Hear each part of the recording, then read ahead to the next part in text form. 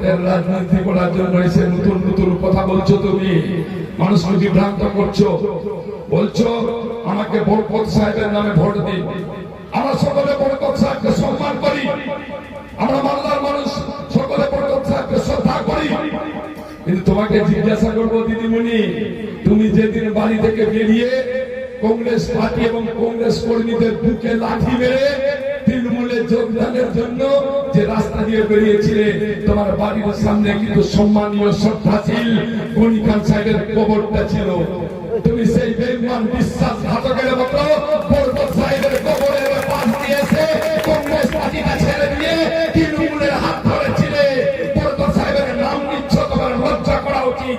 বরকত সাহেবের কবরের পাশ দিয়েছে বিশ্বাসঘাতকতা করেছো বরকত সাহেবের সাথে, কংগ্রেসের সাথে।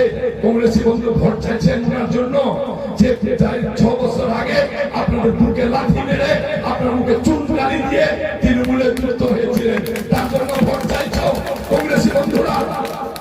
দ্বিতীয় তিনি বিশ্বাসঘাতকতা করলেন।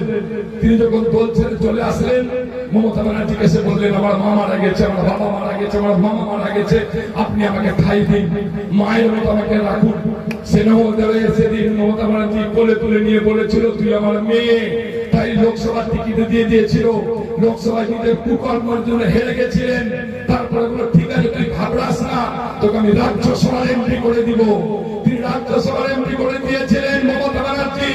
6 বছর থাকলেন। বন্ধু বিশ্বম্বর বলছিল এক একটা বছরে উন্নয়নের জন্য আমরা প্রায় 70 লাখ টাকা রাস্তাঘাট, পানীয় জল, লাইট, মাদ্রাসা, মন্দিরে টাকা দিই।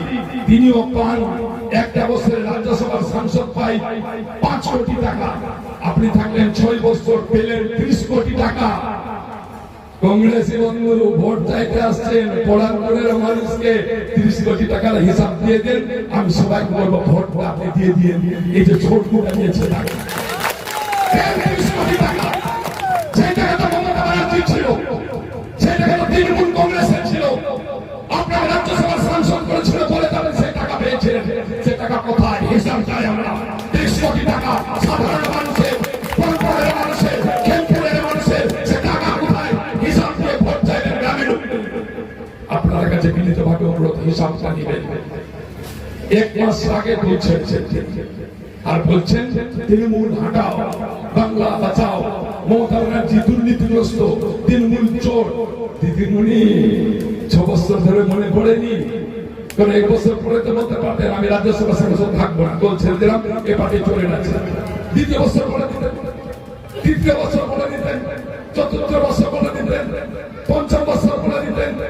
6 বছরের সমস্ত সুযোগ সুবিধা ভোগ করে নেওয়ার পর যখন দেখেন আমি তো মানুষের জন্য কোনো কাজ করিনি, অসহায় এসআইয়ের দুরন্ত বাঙালিদের পাশে দাঁড়ায়নি, একবারও কোনো এলাকায় ঢুকিনি, মমতা ব্যানার্জি আর বোধহয় আমাকে টিকিট দিবে না, মানুষ আমাকে গ্রহণ করবে না, যে এলাকায় যাবো সে এলাকার মানুষ ছিঁড়ে ফেলে দিবে, তখন তিনি বুদ্ধি করে তৃণমূল কংগ্রেস ছেড়ে মমতা ব্যানার্জির সাথে বিশ্বাসঘাতকতা করে, বিশ্বাসঘাতকের মতো তিনি মেয়ের মতো বুকে টেনে নিয়েছিলেন।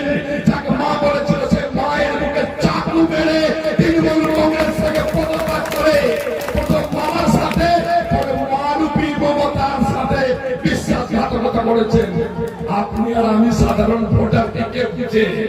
যিনি বরকত সাহেবের মতো লোকের সাথে বিশ্বাসঘাতকতা করতে পারেন, যিনি মমতা ব্যানার্জি মেয়ের মতো বুকে টেনেছিলেন তার সাথে বিশ্বাসঘাতকতা করতে পারেন? সাধারণ মানুষকে ভোট দিয়ে পাস করাবেন, তারপরের দিন দেখবেন আরেকটা পার্টির সাথে যুক্ত হয়ে গেছে সুবিধার্থে। হিসাব করবেন বন্ধু, আমি বিরুদ্ধে বলতে চাই না।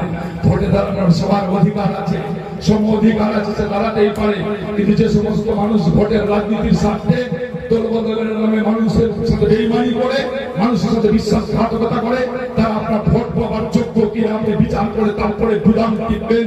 এই অনুরোধ কোরআনের সর্বস্তরের মানুষের কাছে আবেদন রূপে অনুরোধ রূপে রাখছি। দেখুন, রহিম বক্সি যে কথাটা বলছে যে আমি বেঈমান, প্রথমে তো ওনাকে নিজেই দেখা উচিত যে উনি কি করেছেন। কারণ আজকে আমি অবশ্যই কংগ্রেস ছেড়ে তৃণমূলে গেছিলাম, কিন্তু আমি আমার ঘরে আবার ফিরে গেছি। শাসক দল তৃণমূল যেটা ক্ষমতায় আছে, তৃণমূলকে ছেড়ে, শাসক দলকে ছেড়ে আমি কংগ্রেসে ফিরে গেছি, আমার বাড়িতে ফিরে গেছি। আর রহিম বাবু উনি তো আরএসপি করতেন, উনি আরএসপির জেলা পরিষদের মেম্বারও ছিলেন, এমএলএও ছিলেন। ওনার যদি সাহস হয় বা দম হয় তাহলে উনি তৃণমূল ছেড়ে আবার আরএসপি ফিরে যাক, নিজের পুরনো বাড়িতে ফিরে যাক। সেটা কিন্তু উনি করবেন না, কারণ কি উনি ক্ষমতার লোভী, উনি ক্ষমতার জন্য তৃণমূলে আছেন এবং উনি বড় বড় কথা বলছেন, বিভিন্ন দুর্নীতির সঙ্গে উনি যুক্ত। যে কথাগুলো উনি বলছেন সেই জবাবগুলো মানুষ দেবে। এবং এই যে উনি কথা বলছেন যে 30 কোটি টাকার হিসাব আমাকে দিতে হবে, নিজের গায়ে থুতু ফেললে তো লাভ নেই। উনি নিজের গায়ে থুতু ফেলছেন, কারণ ওনাকে নিজের পার্টিকে জিজ্ঞেস করা উচিত যে রাজ্যসভার সাংসদে যে টাকাটা অলটমেন্ট হয় ওটা ওনাদের পার্টিই করে। রাজ্যসভার সাংসদরা তৃণমূলে, তারা টাকাটা ইউটিলাইজ কোথাও করতে পারেন না, যা ইউটিলাইজ হয় ওনাদের তৃণমূল দলই করে। তো এই তথ্যটা আমার কাছে না চেয়ে 30 কোটি টাকা কোথায় খরচ হলো ওনাকে নিজের পার্টির কাছেই চাওয়া উচিত।